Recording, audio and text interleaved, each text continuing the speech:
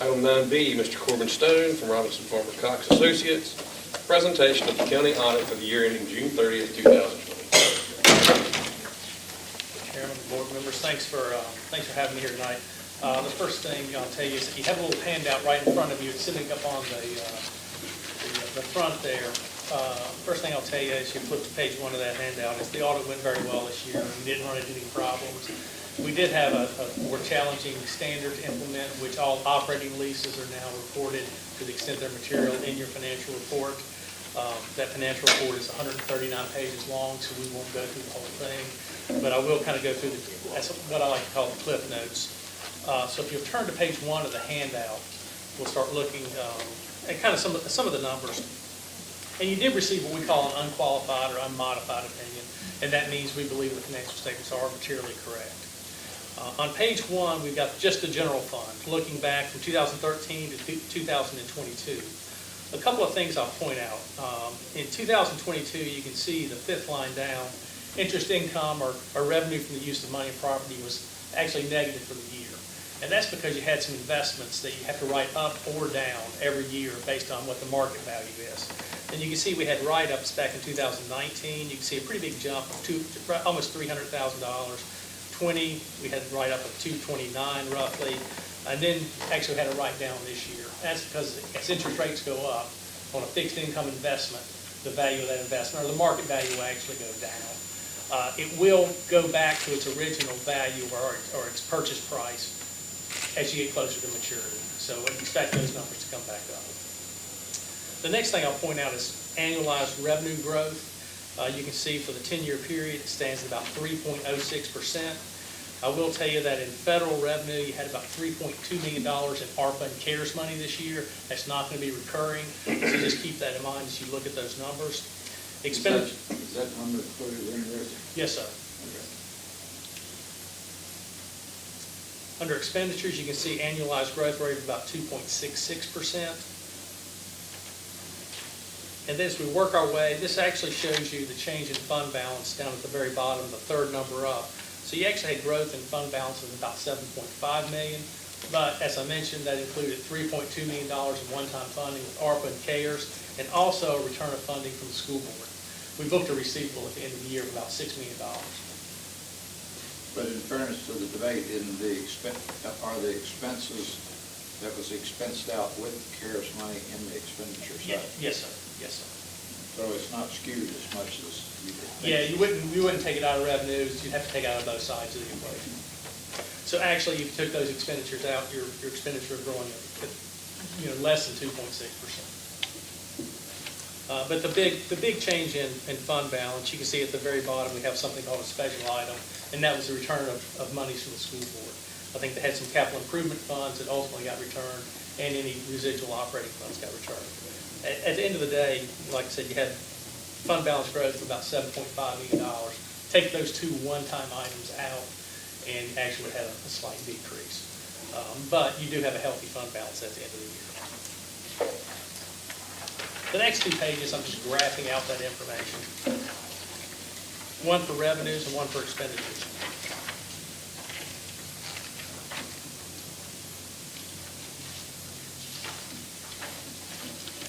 And on page number 4, I'm just showing you how your assessed values have increased over the years.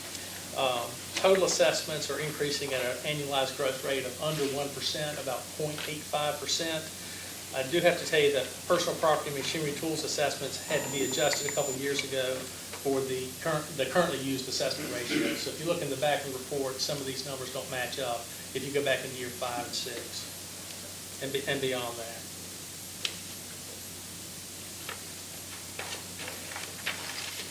The next page, page 5, is really almost a summary of what you need to know. General fund balance up at the top, excluding any unspent debt proceeds.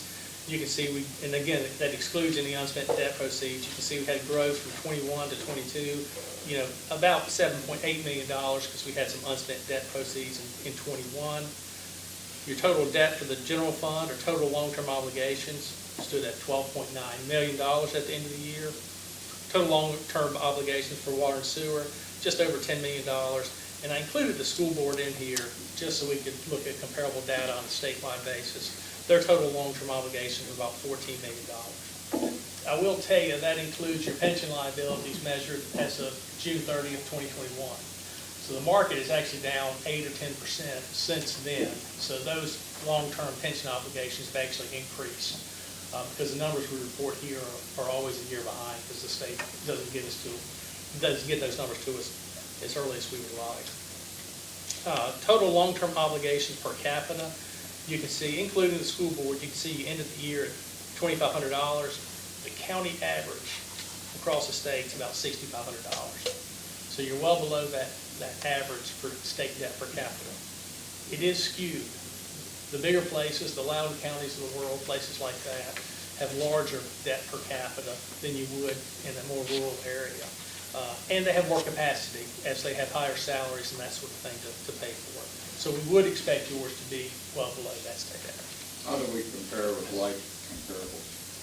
Pretty good, actually. We don't have too many counties that are going to have debt per capita below 3,000. So pretty good.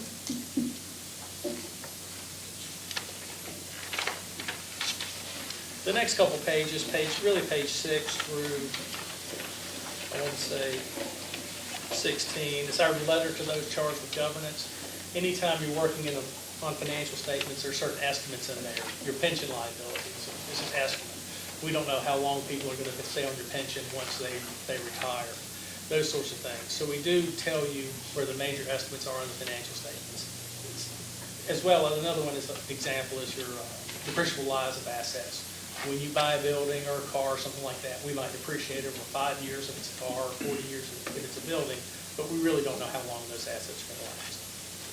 Other than that, you got the boilerplate letter. If we ran into problems with the audit, we'd mention it to you here. We did. Your staff did a very good job getting everything to us. They weren't cantankerous when we asked them for documents, and they were very timely in getting us documents as well. And then finally, and we include all the audit adjustments or recommended adjusting entries that came about over the course of the audit. And those continue this letter, attached to this letter through page 16. And then finally, we had a few management comments on page 17. The one that probably is going to get addressed this year is just making sure the special welfare ledger at the Social Services Department actually reconciles with what the treasurer says they have in their account. It's not a big account, but we want to make sure those two items reconcile. So really, I will stop there and answer any questions that you might have. I know I've gone over it very quickly. It's a pretty large document, so. What number?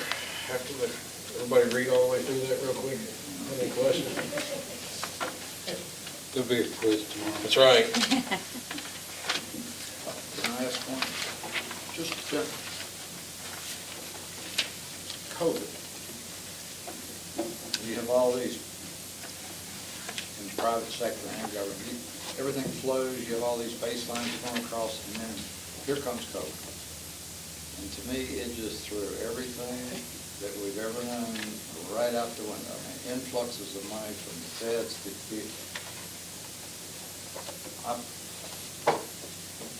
I'll be honest, when we sit down to write a budget, I don't have a clue how to write the thing because I don't know where we're going.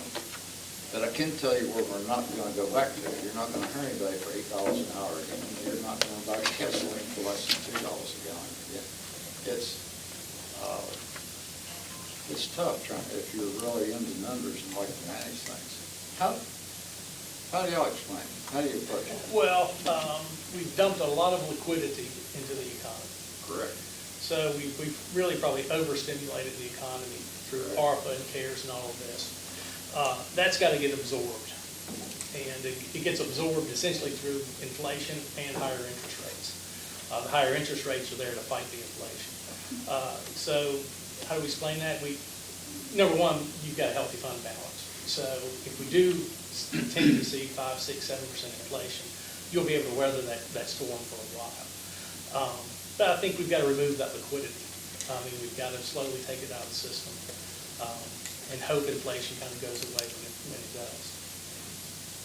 I personally don't think we're in a recession. We're trying to find a new baseline in this country, and it's been so muddled up with all of this, I don't know where the new baseline's going to be. The other thing that I think is unusual about this, it's not, probably just not the liquidity. At the same time, a lot of the baby boomers are retired. So we're seeing a shortage of employees in just about every sector. So how do you address that? Where is the new baseline? Exactly. So is the inflation being driven by a surge in demand, or is it really occurring now because of lack of supply in terms of labor? So that's kind of the question. But like I said, you got healthy fund balance. You can weather the storm for a while and kind of see where it comes out. But I just don't know. Trying to look down the road 5 or 6 years is pretty difficult right now. We've been doing this for a long time. I always enjoy it when you come once a year and try to compare where we are now to where we were or where we don't. But that COVID hole in there just screwed all of that. I mean, any numbers you tell me, there's nothing to compare it back to because it's a different world. And everything costs more now. So, if your fund balance grew by 8%, you're still in the same spot you were a year ago. Yeah. You haven't done anything. And so, yeah, it's a reset, and we're still working through it. Re-benchmarking is what I'm calling. I agree. Excuse me, but free access to another opinion, that's why Absolutely. The other thing is there's a tremendous amount of debt out there. And right now, a lot of that's sitting on the Federal Reserve's balance sheet. And as that goes out into the market, I just don't know what that's going to do to also drive interest rates higher. So it's not just the Federal Reserve raising their benchmark rate. It's also the fact that they're unwinding their balance sheet and letting some of that go into the private or into the public markets. So there's a double whammy. You said that we've got a healthy balance sheet or a healthy reserve. Is there any new program or anything out there now to take advantage? I know we're limited in what investment-wise other than bonds or certain things. What you can take advantage of now that there's actually paying a decent rate on the money that we've got non-performing. I just told Suzanne, the LJIP was yielding, I looked this morning for someone else, it's yielding about 4.8%. And VIP is yielding, which is Virginia Investment Pool, their short-term pool is yielding about 4.77. Is it on like a 13-week or is that? That's liquid. Yeah, the maturity might go out 30 days, but it's liquid. So if you want to pull money out of it, you can. So it's not like locking it up in a CD or anything. So you can put it into those funds. And then as we hit peak interest rates, what you want to do is kind of rotate into some longer-term investments. So as those short-term investment rates come down, if you're buying longer-term investments, you can kind of continue to keep that income, that interest income fairly high for an extended period. That was the time to look at that. Now, Teresa did, I hope this isn't wrong, but she put some funds into that. I'm thinking about $9 million into the VIP.